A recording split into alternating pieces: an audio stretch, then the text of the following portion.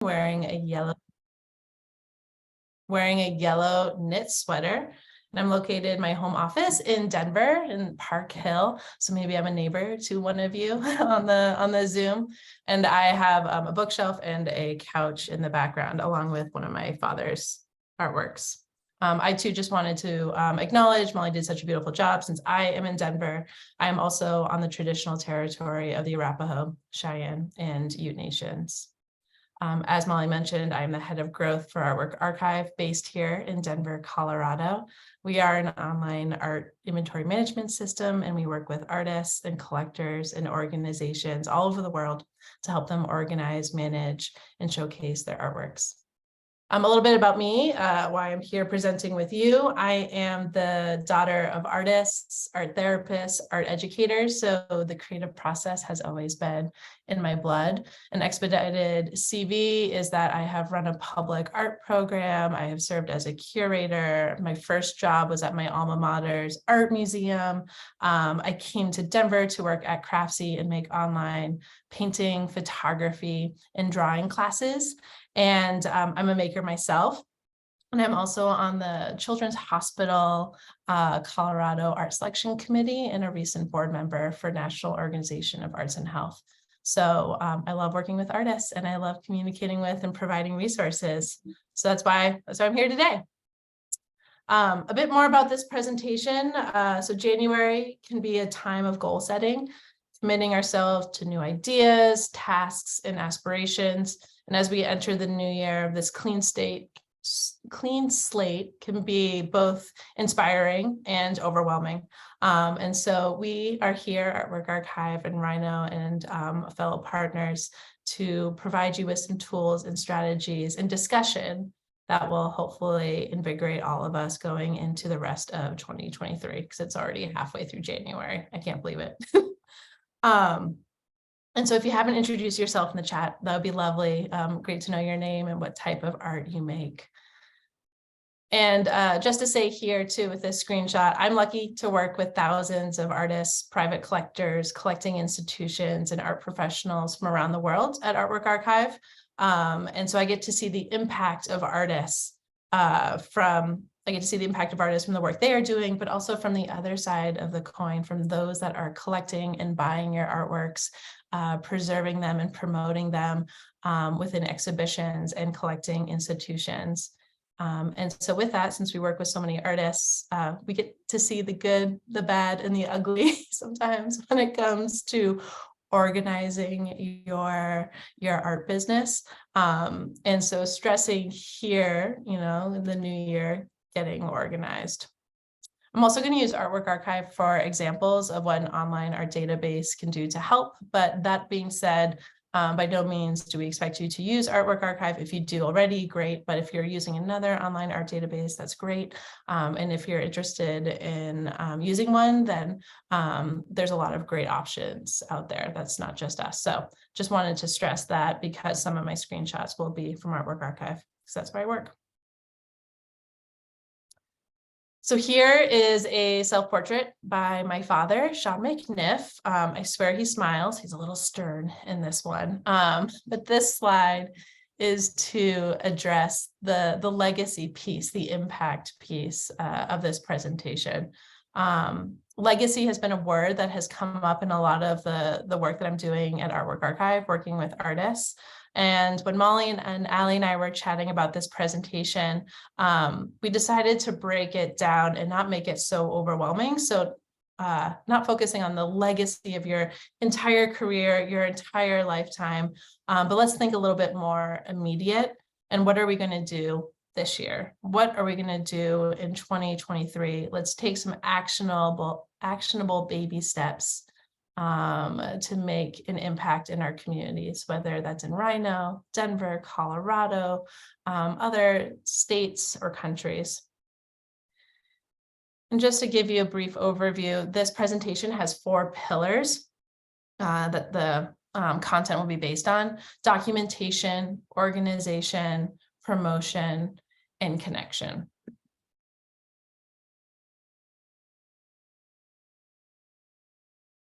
So here, we're speaking a little bit to legacy and our impact, a lot of words. When it comes to legacy, what is legacy? A legacy is the story that we leave behind. And as artists, you are leaving behind both a material and an immaterial legacy. Your legacy is a combination of your physical artworks, the provenance and stories of those works themselves, and your history and perspective as an artist. You are leaving both a tangible legacy through your physical artworks and an intangible legacy through the stories and records you pass down. So I'm going to be using impact and legacy interchangeably because, your work, how does it impact others, whether intentionally or not? And then as I mentioned with my father, this is also personal to me when thinking about the impact of artists, because you all have a really important process, perspective, works that you're putting out into the world and contributing to our collective cultural heritage. Again, whether that's for the Rhino area, Denver, or from farther away. So your voice as an artist is essential to the understanding of your practice and legacy for others. So a question to think about: how do you want to frame your legacy? How do you want to frame your art business, your art practice? And whether you're in the early stages of your artistry or you're a mature artist at the twilight of your career, it's imperative to start thinking about that impact. It's never too soon. Because what happens when you can no longer speak for your art? Who's going to tell your story when you're gone, or when your artwork is out there? Making sure that you are backing up your materials and marketing so that people can share more about your process and your artworks. And the good news is that by taking actions to preserve your legacy, you are creating it. It's a living legacy. And so by archiving, which is one focus of this presentation, you are ensuring authenticity, establishing provenance, and increasing the value of your future art business, because you are documenting reasons for buyers and gallerists to be attracted to you and your work.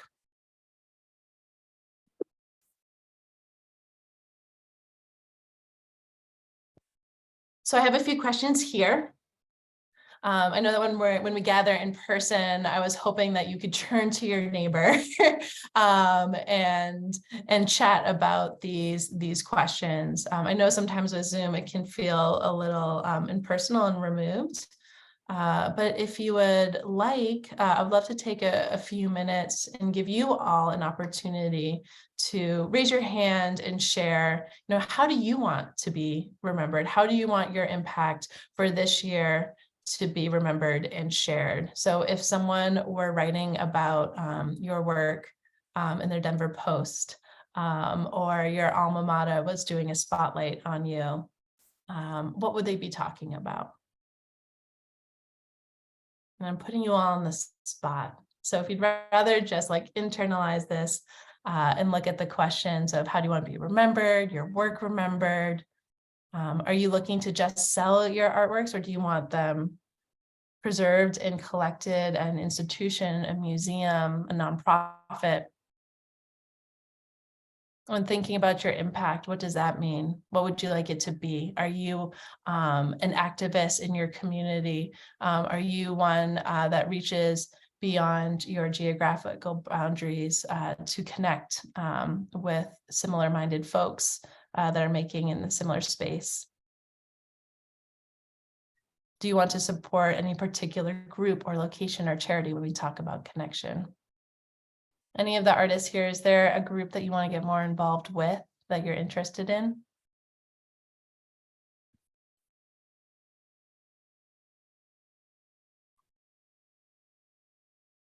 Okay, I'll share that I am part of the Arts and Leadership cohort with CBCA, and it's been really great to connect with like-minded folks that are really interested and contributing to the creative economy within Colorado, whether it's businesses or artists and creatives.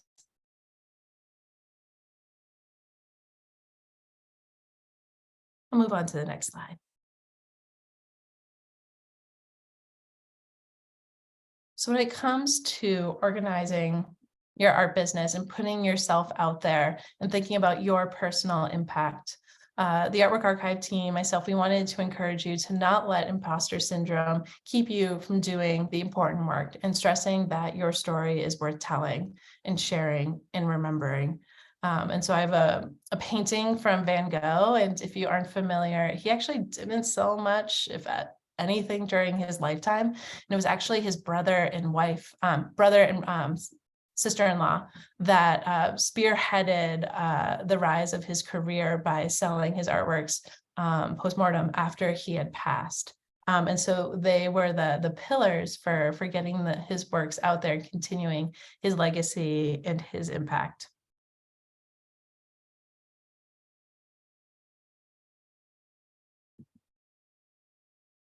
Okay, someone's got to raise their hand.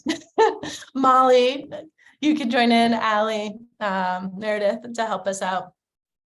So at the end of 2023, right, because that's what we're talking about this year, what is one thing that you want said about your artwork or you as a creative? And it doesn't have to be this morbid, like you have passed away. It's just like if someone were like, oh, I know Molly. Yeah, she did this incredible thing. Or again, with the example of, 303 is doing an article about you. What are they going to write about? What makes you stand out as an artist?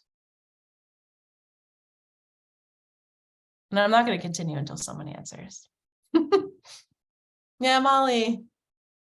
Yeah, I think the process of how we're all doing things, whether it's you're a full-time visual artist or it's within your career, is really important. So I think I want people to look at what I'm doing and look at how I've been doing it, whether it's working in partnership with different people or something thoughtful. Like I think one of the most interesting things about a lot of visual art is sort of the ideas behind it. And I think yeah, I'd want to be known to be thoughtful in my work. Thank you for sharing, Molly. Anyone else? There are a couple people who have put comments in the chat, and I can read those aloud. Kim shared that they'd like to have people say about their work that transcending what is impossible into the possible. I like that. And then Ken said, we would like to share that our work made people smile and brought them joy. And Deb shared, I don't care what they say, but I'd chuckle from my work, or I'd get a chuckle from my work. So lots of joy and smiles. I think that's a great impact of art. I love that. And yeah, I was actually just going to say, if you'd rather chat, then I was a history major. I like words. That's great too. And I don't necessarily want to put people on the spot, but as the daughter of a painter who my dad actually doesn't sell that often, it's more about the process for him and the creative process of painting and the joy of making the works and sharing them with others. That joy it's very much appreciated, especially on a wintry cold day or for the past few years that we've had at Artwork Archive. We've been sharing a lot of thanks to the artists in our community for the contributions you all have been making during a really stressful, hard time, bringing joy and light and beauty and entertainment to audiences all over. Anyone else? Yeah, Kathy.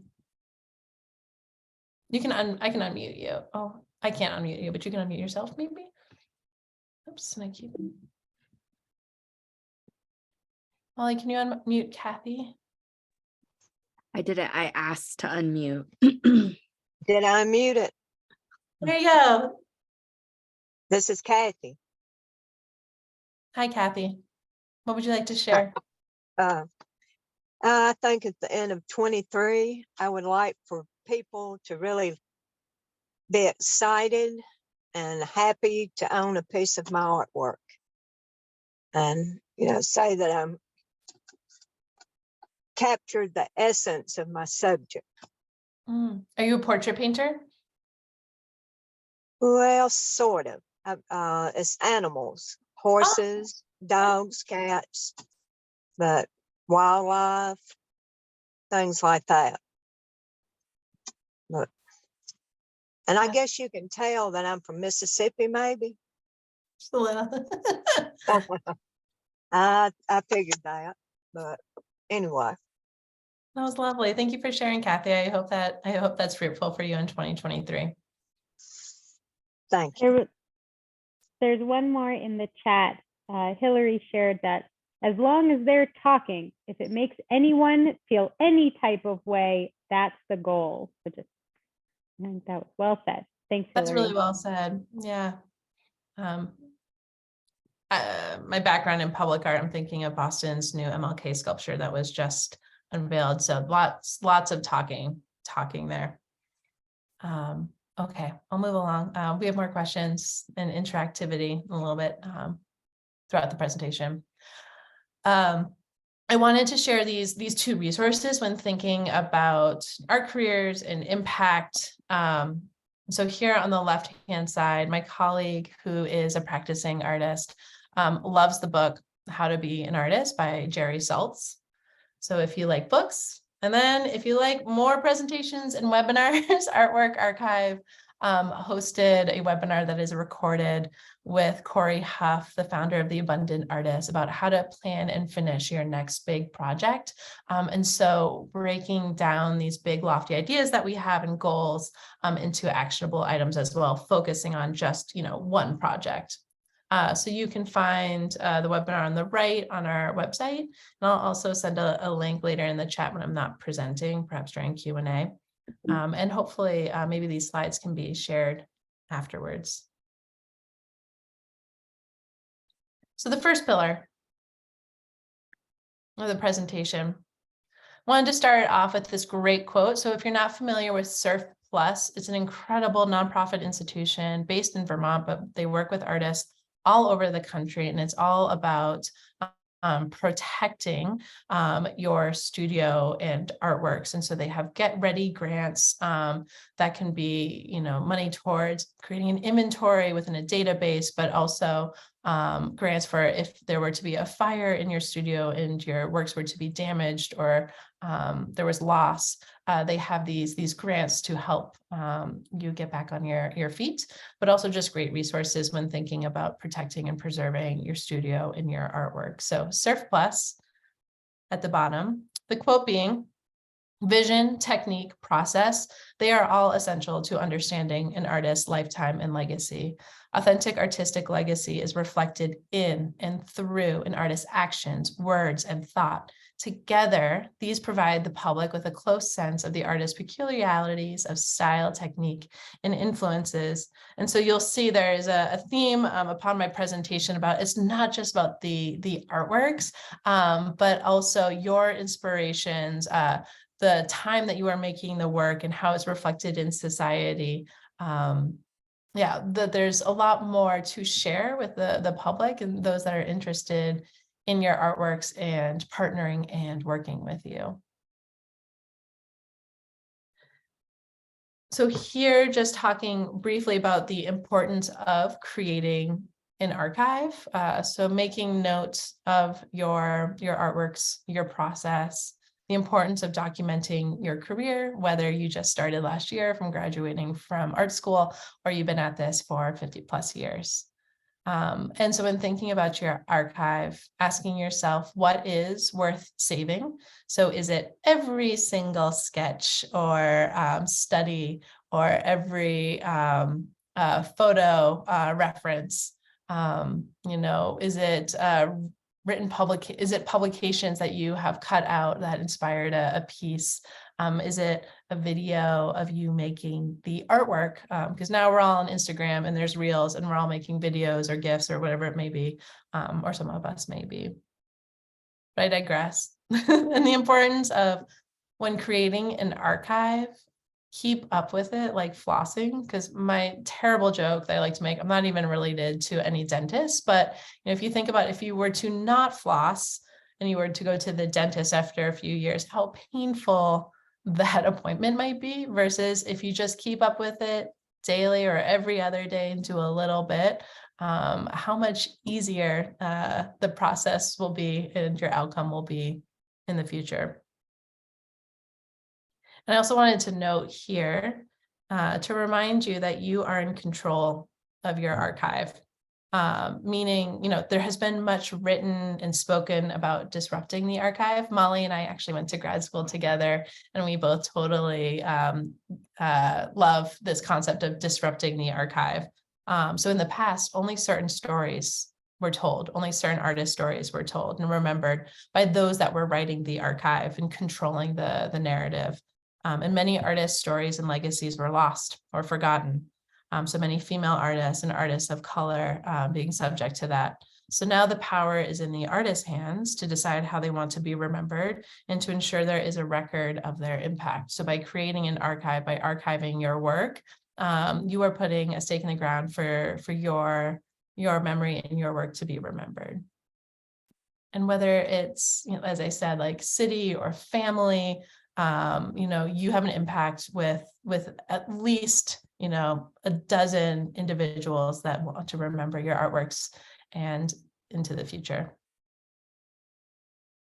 And to remember the big picture. And so recording the documents that tell your story.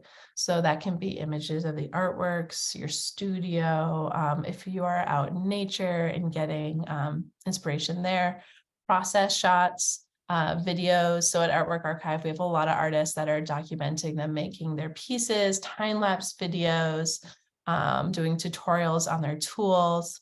There's also preservation plans, artist statements, invoices, proposals, grant proposals, press releases, contracts, and so many more documents that are part of your art business in your process. And so making sure that those are getting digitized and saved.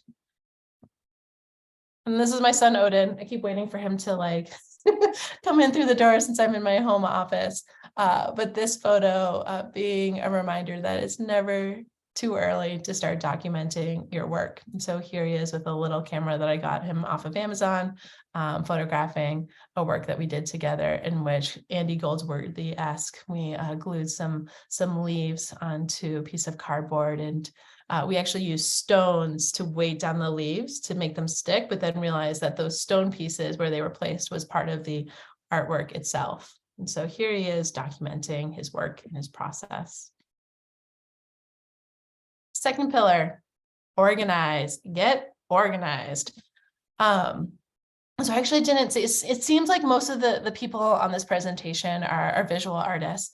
I want to ensure that, for those that are watching the recording later, if you're a performing artist or if you're creating podcasts, a lot of the language and examples I have is around visual art, but the same goes for recording your performances or keeping audio files. And again, keeping track of all of your documents and pieces that are part of your process is critical.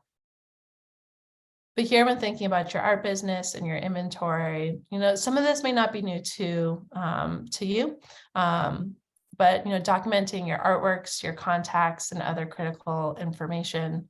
So like medium, creation date, tracking past exhibitions. So that builds up your track record and what makes you enticing to buyers. Logging income and expenses is really helpful on the art business side because you're going to need that for tax season, which is around the quarter pretty much. Creating contact lists, which we'll get into in the connection piece, but it's great for sending newsletter updates and staying connected to folks. And then again, back to that document piece, organizing your documents. So creating a tool belt of materials, which will be helpful if you are presenting to an RFQ an RFQ for a public art commission or applying to grants or applying to juried shows. Having this tool belt handy and up to date will be really helpful. A lot of words. This can be overwhelming because you may have a lot of components to your art business when thinking about organizing it and wrapping your arms around it and getting your hands organized. Wrapping your arms around it. And the other thing is you don't want to spend a lot of time at your computer. You want to be in the studio making, you want to be at your potter's wheel. And so, sharing that, this to be done on a very snowy day when maybe you can't get to the studio or a rainy day, whenever those happen in Denver. But in those lull moments, about inventorying your artwork. So I say that it looks like a lot because it is, but if you don't do it, who will? So again, thinking of that legacy and the impact, whether it's beyond this year or in the future, after you're no longer around to speak for your art, like how is it going to be remembered? How are people going to be able to speak for your art and to keep flossing? And so here are a few steps. We also have an article which I can share, which walks through this. But we recommend, when inventorying, having an inventory project. Actually, I'm going to pause because I've been talking a lot. Has anyone in this presentation already started inventorying their artwork? Having an archive? You can do that. You can respond via chat. Do you have an archive? Do you have a database? Do you have a place where you're keeping track of your artworks, images, sales, exhibitions?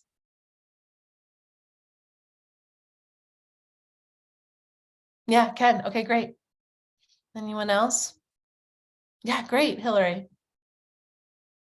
Oh, hey, James. Use artwork archives, great.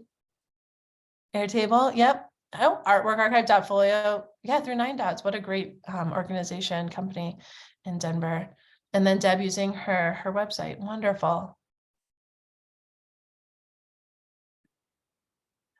So if you're new to this, or maybe you're going to learn some new pieces that you aren't inventorying, we recommend working backwards. So your most recent commissions, pieces that you have made, and then you can take a trip down memory lane, however many years that is, going way back into their early years. So important to take high quality photographs of your art before it goes out into the wild. The Clark Hoolings Foundation has a really great saying, in which they say, microchip your art. So take a photo of it before it goes out there so that you have a record of it and it's not going to get lost. And luckily with our smartphones these days, we can get really great snaps. And again, we have articles in Artwork Archive about how to take professional images of your artworks without having to necessarily hire a photographer, which is also a great option.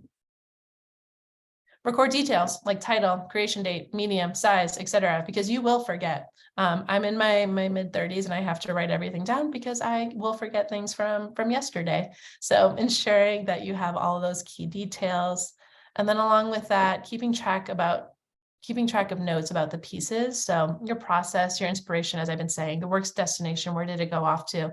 And copyright. When thinking about legacy, how will your works be used in the future? Are you going to have family members make income from the sales of prints or giclées or whatever it may be?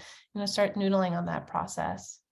And I'm going to make a shout out to CBCA with the volunteer lawyers for the arts. When thinking about estate planning and such, we have really great resources in the state of Colorado.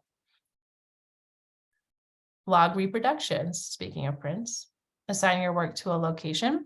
So tracking its exhibition history, building up that provenance, what makes it juicy and enticing to collectors and buyers. Add your important contacts. So for those that have a database, your art collectors, your gallerists, your museum curators, also key for estate planning if you are thinking about that and getting that done. But the people that you are working with, but also those people that will be helping tell your story this year, next, and the following years. Registering sales, so documenting their value and provide contacts for future appraisals, and record competitions and exhibitions, things that, again, contribute to your legacy and impact. So archiving, it can be like eating your vegetables. You really want the dessert, which is making the art.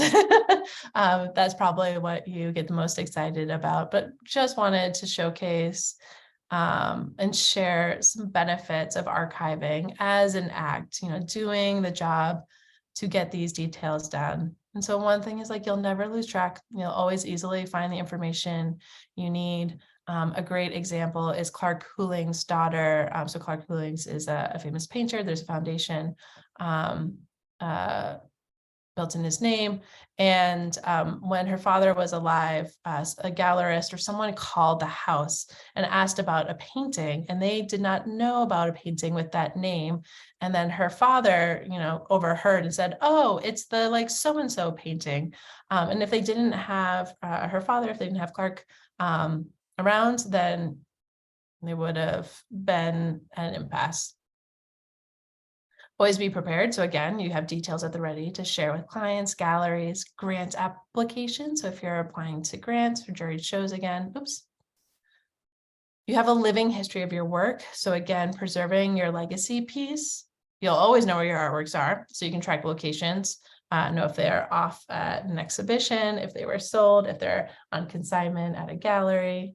Again, you can keep track of shows and exhibitions. We have definitely heard the horror story of artists submitting the same artwork twice to a juried show and then being disqualified for that. So this way you can track what works you have submitted when, and you can track your awards if you are lucky enough to win them. Again, bookkeeping, track your expenses, be prepared for tax season. And again, having your resumes and bios and artist statements, which change over time, your proposals, if you're applying to a grant, the grant in the same grant in the next year, and you want some of that key information that you submitted the prior year, you have it on hand, and you don't have to be slogging through papers or desktop folders. And so here are a few cataloging resources. Again, I can share some in the chat, but these are hyperlinked to a bunch of articles in Artwork Archive. If you have the time and interest, they're not that long. Promote. The third pillar for making an impact, getting yourself out there. And so, just putting it out there. How are you going to make an impact if you don't get yourself out there, if you don't put yourself out there? And so if you're not gaining immediate traction in our Denver community, our immediate physical community, then maybe there are audiences beyond Denver, beyond Colorado, that may be of interest in your work, in your process, in your vision, in your perspective. And so by going online with your website, creating content, if you're writing on a blog, your blog, connecting with other artist associations in the country, putting yourself out there, you are providing connection points for others to share a passion and get commitment and to share your pursuits. And the good news is that we're seeing a lot of organizations go online. So academic institutions, museums, galleries, nonprofits, art centers. So, chances are that over time, these organizations that you may be exhibiting at or working with as a visiting instructor, teacher, mentor, hopefully your works will be online and viewable and accessible as well through these partners, these organizations that you are working with. And a few things here, Deb mentioned that she keeps things organized with her website. A lot of you probably do have a website. Some best practices with getting yourself out there, promoting your work. It might seem obvious, but keep the website up to date. You'll be surprised. There can be social media links that don't work, or your artist statement needs to be revised, or you just haven't had time to get your new commissions or your new pieces, part of your portfolio up. So making sure you're doing that, taking a beat and looking through your website and making sure that you are optimizing for SEO. So like keywords, is it, I forget your name, but the animal painter, was it animal portrait? So, if you want people to attract people that are interested in animal portraits, ensuring that you have those keywords, the type of animals that you are painting throughout the website to draw your audiences in and draw in attraction. And then the benefit of creating an archive, if you are using a database, is this all can be then publicly viewable. You have your backend inventory, but then you can also make it publicly viewable. You can embed it onto your website, so you don't have to double enter. As works are sold, that's marked on your public facing side of whatever you're using. And so there's just a lot of benefits for promotion, organization, documentation.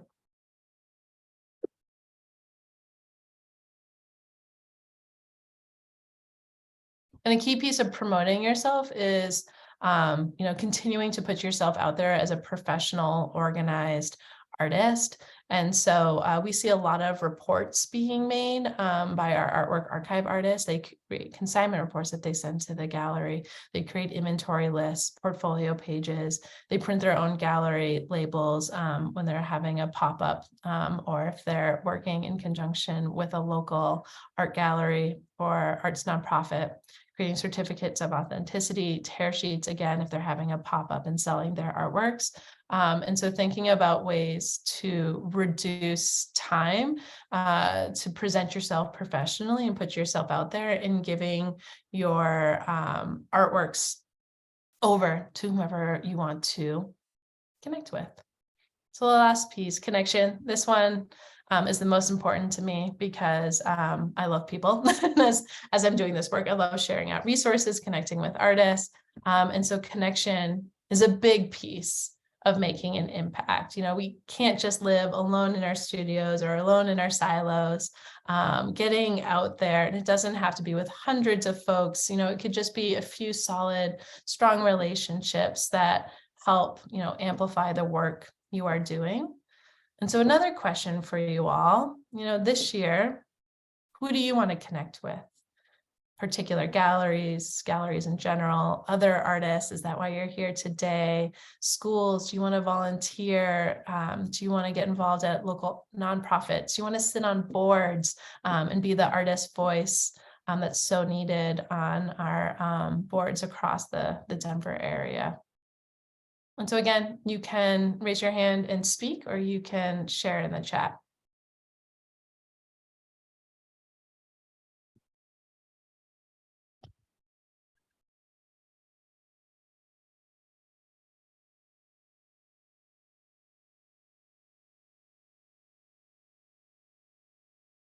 So as you're all noodling on it, I'll share that I want to connect with more artists. Hence why I'm here today. I mean, Denver, we are such a large city and region of incredible artists that are making such diverse types of works informed by such diverse perspectives. And so there's not enough time, but I just always want to keep my ear to the ground and hear about what people are making and putting out into the world and the community.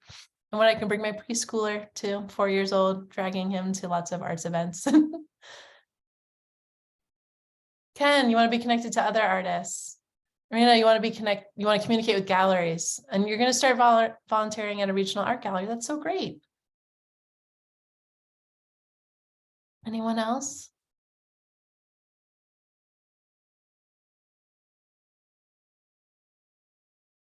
And then I'll say, as you're all thinking, when thinking about impact for this year, again, prefacing that it's not just the artworks that we're putting into the world, but the relationships that we are creating. You can be a connector as you're connecting to other artists to help younger artists get their foot in the door, connecting them, with other mentors or similar artists.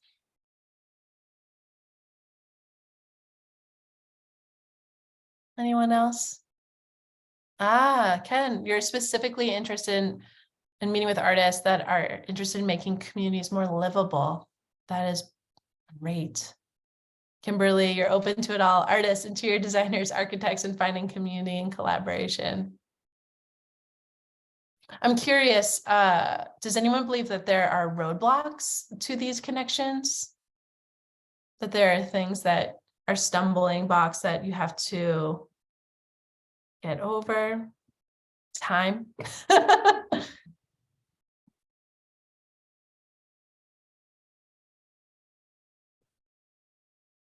Ourselves. Yeah, right. I know. Let me tell you, going to gallery openings like by myself, or going to conferences by myself and having to insert myself into groups chatting is really uncomfortable and awkward. Vortex of email, possible making phone calls. Yeah. Or just a recommendation that came from a public art administrator and executive director of an academic gallery, and she's a curator herself, is going to the art shows, going to the gallery openings, going to the galleries and putting yourself in the notebook, the guest book, signing, and then just going and starting a chat with the gallerist. And then you may learn more about what they're looking for, or just building a connection. And then with networking, I always say it's not necessarily about like an immediate need and finding someone immediately that's going to solve your problem or give you something, but you never know what that person may share you and your work with someone else who would then share it with someone else. That's actually how I got my job at Artwork Archive. Was I met with someone and then they shared it with they shared this Artwork Archive job opportunity with someone else who then shared it to me, if that made sense. But it doesn't have to be direct. It can be this wonderful organic shape.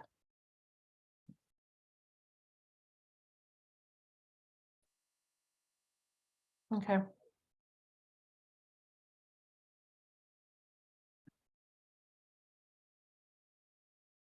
I do have to say I had boards on there because I was in an arts leadership workshop with Meredith, and then the early days we were talking about how important it is to have the artist's voice on boards at this point of leadership and decision making. So not losing sight of that. And so, when thinking about building and maintaining strong relationships, encouraging the artists that are selling their artworks to keep track of those sales. So then you know who your top buyers are and your top supporters are. A lot of the artists that we work with, they have many, many different contacts, but they might find that they have like 10 or 15, repeat solid clients, patrons of their art business. You can also create a get to know you list. So a list of people in the area that you want to take out for a coffee, or that you want to connect with, or artists that inspire you or that you're curious about, putting together a list and, trying to work through that in 2023 to get to know them, whether it's just a phone call or a coffee or a Zoom. And then for artists, to remember to communicate often. So it can be a newsletter, a personal check-in, a blog. Our Artwork Archive clients use private viewing rooms to show, new works that they've created with collectors, with buyers. And during COVID, we saw just like a lot of like authentic, open communication via newsletters, just like letting people know what you're up to, like how you're feeling, volunteer work that you're doing, like real humanization, because your buyers and the people that follow you are attracted to your work, but they're also probably attracted to you as an artist and your process and what drives you. And so not losing sight of that.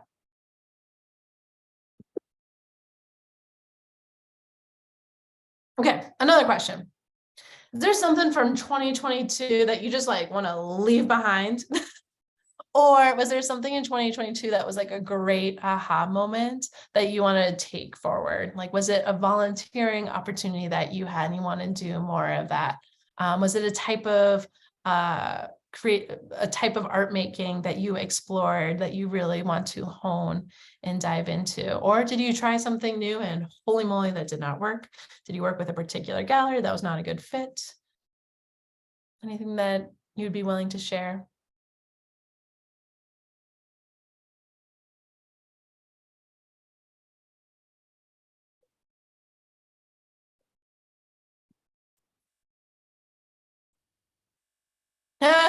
Hillary can leave behind NFTs. I don't think you're alone. I don't think you're alone. We actually have a webinar on NFTs if anyone is curious, which we explain them and their place within the art world. It was, I have to say, not something that I gravitated to in 2022.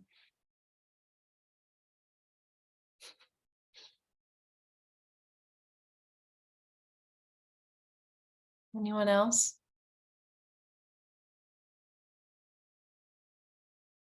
Ken shares, tightening up our production schedule. Definitely taking that forward. And great grant writing. 2022 was a good year for that. That's so great. Ken, do you have any tips on something from your grant writing that you think was solid and contributed to your success? And as you're typing or thinking and others are contributing, I will say that our Artwork Archive also has a presentation that I led with NIFA, their grants manager, and the arts administrator that I mentioned earlier, and a really accomplished artist who has won a number of grants, including the Pollock, giving tips on how to apply to juried shows and grants. And it's a really wonderful conversation and gives some actionable tips on that, whether it's grant writing, putting together your images. And Artwork Archive posted a grant, I guess now it's 2 years ago. That was an Art Business Accelerator grant in 2021. So we had a lot of learnings too. Okay. Something to just noodle on. We're coming up to time. So here's our little spiel of Artwork Archive. We're your neighbor. We're here in Denver. We're here to help. And so we have a newsletter. And I'll share these links in the chat, or we can share it after the presentation. We have a newsletter. We put it out every week. It has blog articles, upcoming events like webinars. We have a webinar page. If you are looking for a database, we do have a discount with Rhino as a partner. We want to make sure our database and tools are accessible, and price is a big part of that. So offering discounts to artists within professional groups like this. If you're interested in that legacy piece, I'm actually giving a presentation on Friday to Oil Painters of America about preserving your artistic legacy. I gave a presentation to the Clark Coolings Foundation. I believe they recorded it. We also have a lot of great content about the importance of preserving your legacy as an artist and how to do it and how to think about it. And Joan Mitchell Foundation, I'll just call out there at the bottom, has incredible resources as well. And so here, as we wrap up, I just wanted to leave with one of my favorite artists and favorite quotes, is that to create one's own world takes courage. The work that you all do as artists takes immense courage, putting yourself out there. And a lot of what I shared in this presentation, I don't take lightly. I know it's a lot of hard work, whether it be the connection piece or the promotion, the marketing side, putting yourself out there, or even just like if you've got a beefy inventory and a career and you haven't done much to organize it, going back and sifting through and organizing and getting your arms around it may be overwhelming and daunting as well. And so just want to shout out to all of you on the presentation about your courage, coming today, taking actionable steps. Yeah, it's really admirable and wonderful. And I'm very lucky to be part of this community and want to say thank you to Rhino Arts District for inviting me to speak. Here is our team email. I would give you my personal one, but I'm actually part-time, so you won't always hear from me. But the whole Artwork Archive team, we would love to connect and hear your questions if you have any. And so with that, I'm going to stop sharing and put some links up if everyone is interested. And any other questions?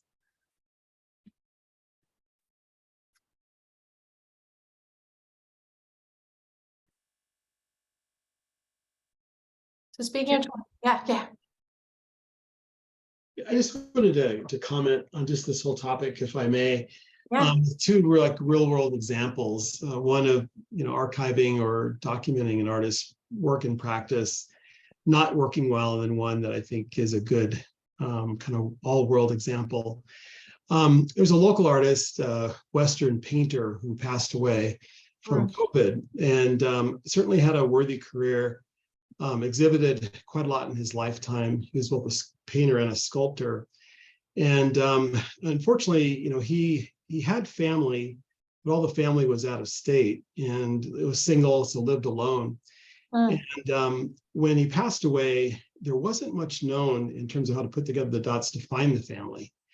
So it was Wow. a small window of opportunity for his personal effects and everything to be preserved. And that time had passed and the state of Colorado got involved. And of course, then it's all about kind of liquidating the estate and so forth. A little bit later, cousins were found that were the heirs. But by the time they came onto the scene, and we worked with them quite a bit through the foundation I work for, some of the work was discarded, some was damaged. Archives, papers, letters, journals, all that stuff was lost. And so the sad end of the story is that the majority of his work ended up being sold essentially almost like a yard sale type of a situation other than what the family wanted to keep. But it was a really sad end to a really big career of someone that was 75 years old and probably had painted for 60 years and had been a public artist forever. He never did anything else other than work as a full-time artist. So the idea of archiving, documenting, and then making that accessible to somebody as part of an estate plan is really important. It's an extreme story, but it's a real world story that just unfolded. On the other side, I'm reading this book about Hilma af Klint, who did an incredible job of maintaining her work, and then she was a turn of the century artist. She died in 1944, and 25,000 pages of journal notes and sketches, and all of her paintings, and lots of documentation. And just the other end of the spectrum, she's been dead now for obviously a long time, but she held out of the public for 2 decades. It was in her will, because she felt like the world wasn't ready for her work. So there's a lot of there's a catalog raisonné being published in March about her body of work, and a lot of archival study, and books are being written about her. But it's an example of someone who was very forward thinking to the extremes. That's 2 extreme examples. And somewhere in the middle of all that is where I think we all want to find ourselves, which is being diligent in our documentation. And I want to thank you and your team for what you provide. I mentioned in the chat that I've been a customer for 2 years, and it's invaluable. And being able to not only archive the work, but also be able to market and share the work, through private viewing rooms and proposals and all of that. So I just wanted to say thank you, not to do a commercial, but thank you. Oh, no. Well, I was going to say, speaking of connections, I would love to connect with you, James, and just hear more about your inventorying project and your perspective, because I was not aware of Hilma af Klint's legacy, like preservation of her legacy. And I just went and Googled her books, and there's many. And I can continue on that. I didn't want to get morbid, with legacy, like we could all get hit by a bus tomorrow, right? And so it's not just in our 80s that like thinking about our legacy or our impact is important.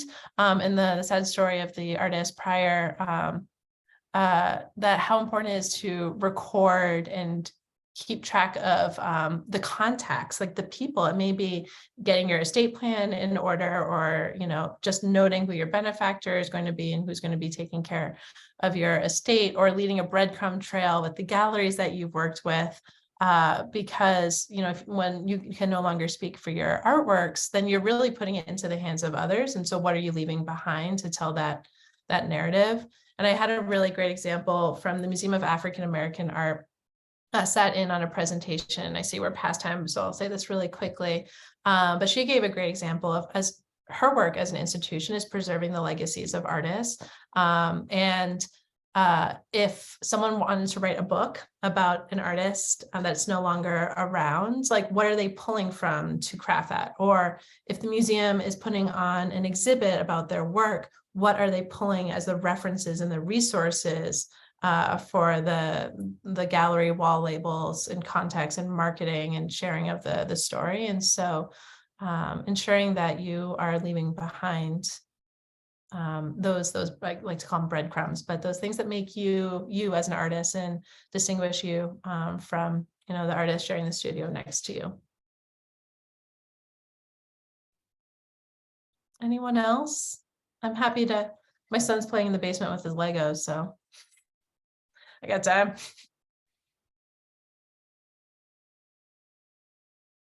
Well, if anyone wants to, share their work, their process, their journey, if you have any questions, happy to be a resource. The Artwork Archive team, it's just an email away at team@artworkarchive.com. We're also on chat on our website, but I would recommend checking out our blog, signing up for our newsletter.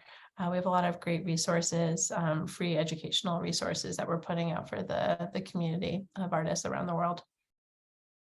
Thanks for your time, Elise, and your really thoughtful, inspiring presentation, and personal too.